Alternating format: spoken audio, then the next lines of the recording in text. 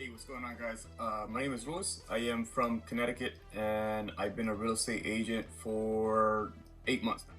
And the reason I did this video is because as soon as I became an agent, everybody kept asking me, hey, where you go to take the exam? How did you pass it? I heard this thing was hard. I know quite a few buddies of mine. We went to school together, whatever.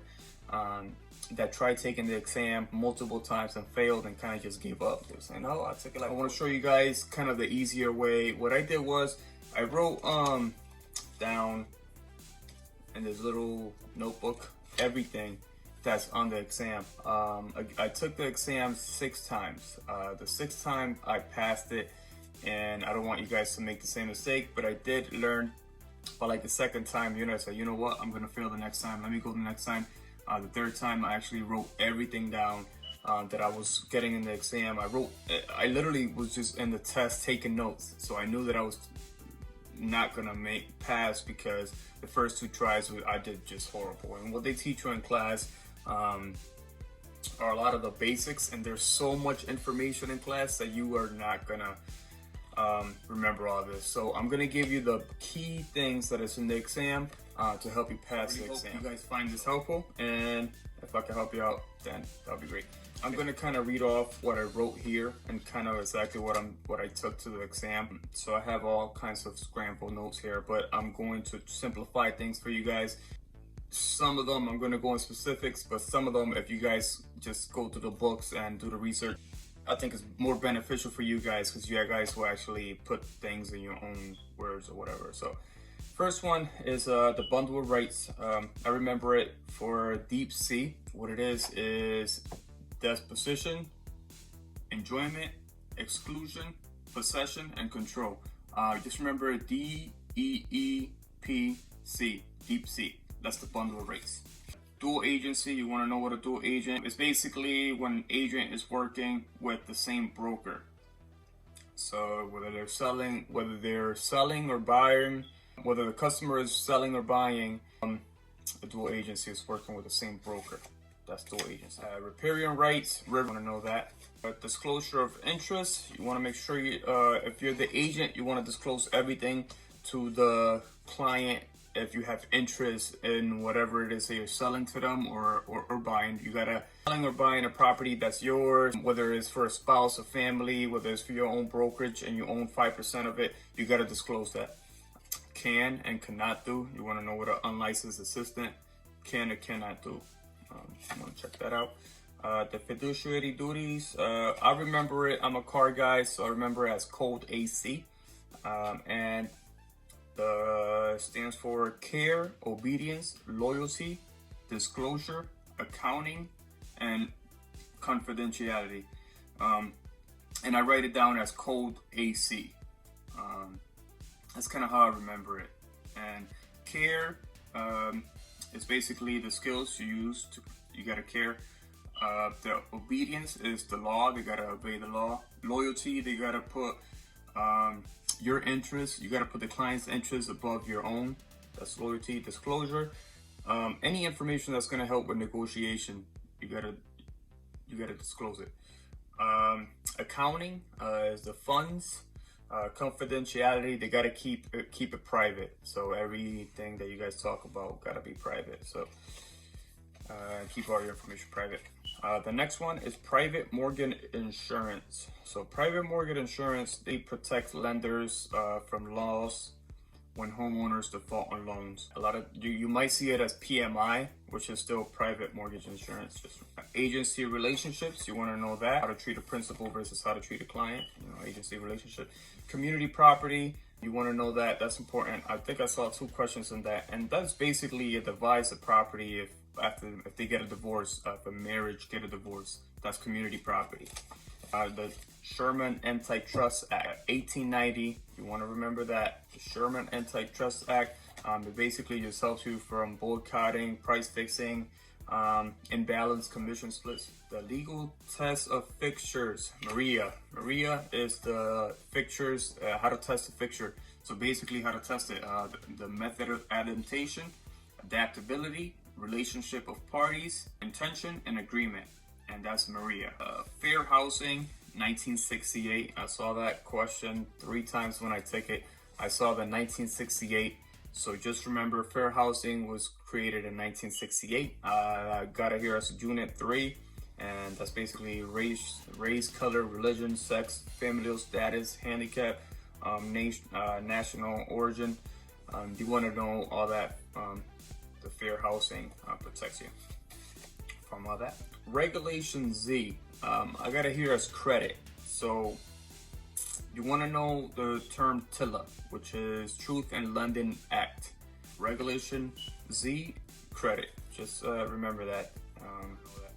Just don't confuse that with RESPA. It's really, I'm gonna go over RESPA now since I go over.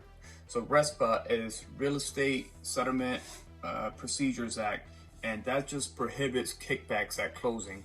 The Regulation Z, it has to do with credit. Creditors, institution must inform borrowers of the true cost of obtaining credit.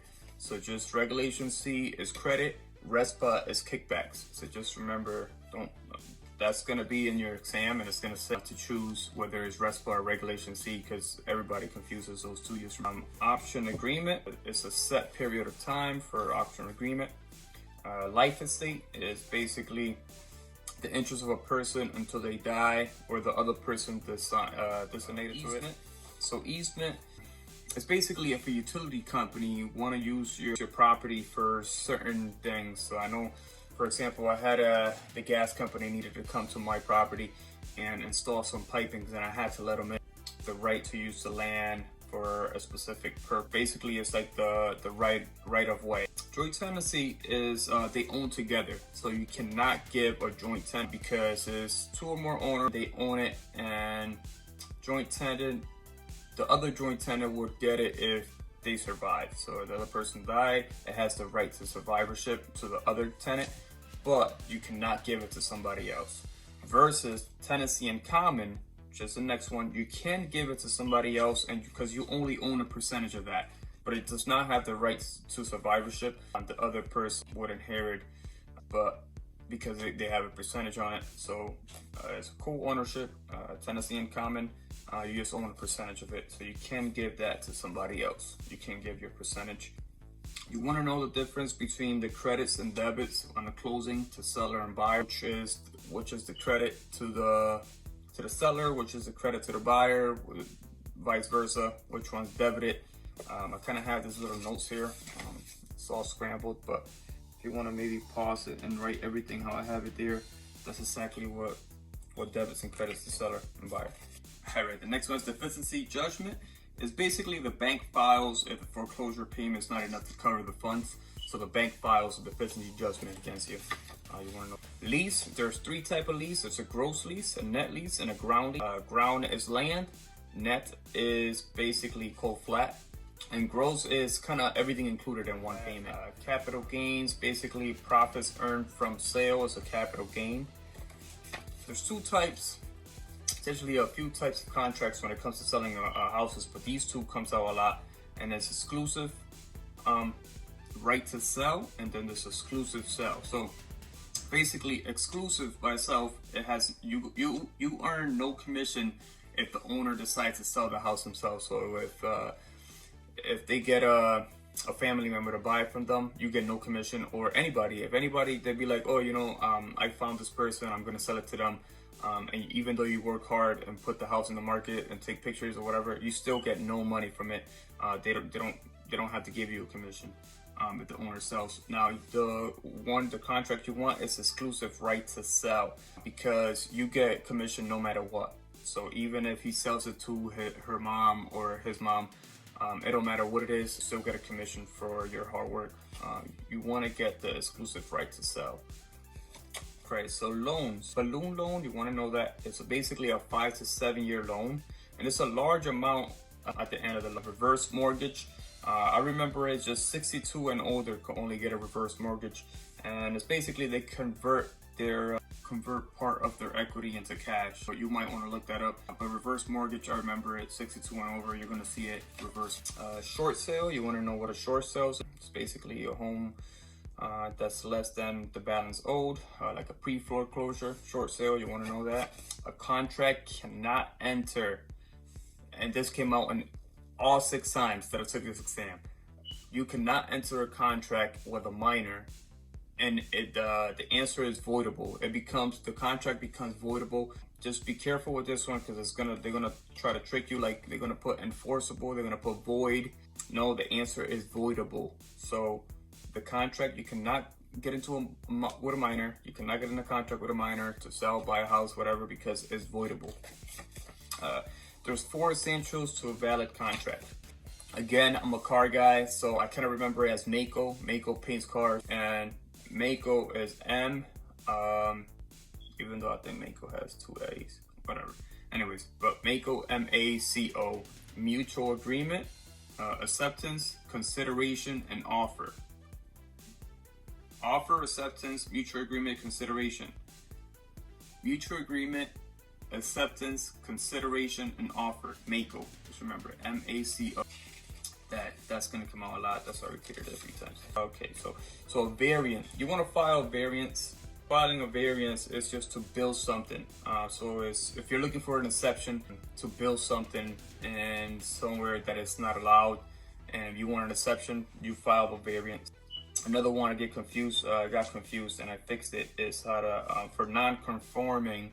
Non-conforming, you could apply for a non-conforming or variance, but there's 2 big difference. The only way you could apply for a non-conforming, and if you were grandfathered in. So basically, if your business was there before they put that law or regulation that they can't build anything, whether you like a body shop, if you had a body shop there, and now they're telling you, no, you cannot have a body shop in this location, but you've been there for like the past 10-20 years, you could apply for a non-conforming. So just remember that variance and non-conforming is 2 different things. The last one I got here, I did saw it twice. I got 2 questions on it, and it's simple. It's just a 1031 tax deferred exchange. So it's simplified as 1031 exchange.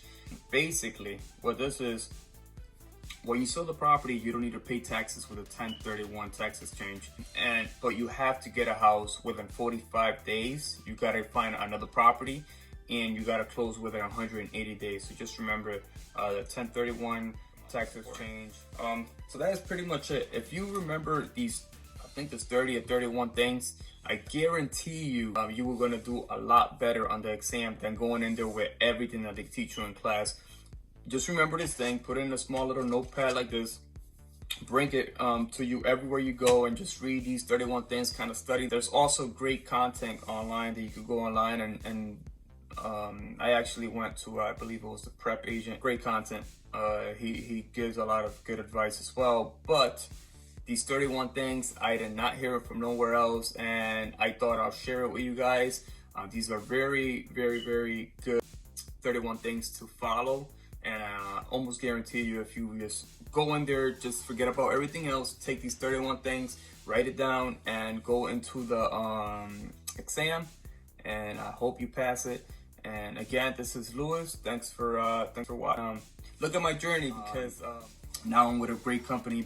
When I first started a company, I was with an okay company, a local company. Now I'm in a huge company that helps us rookies a lot. It helps us through training. They give up all the platforms that we need to be successful with leads.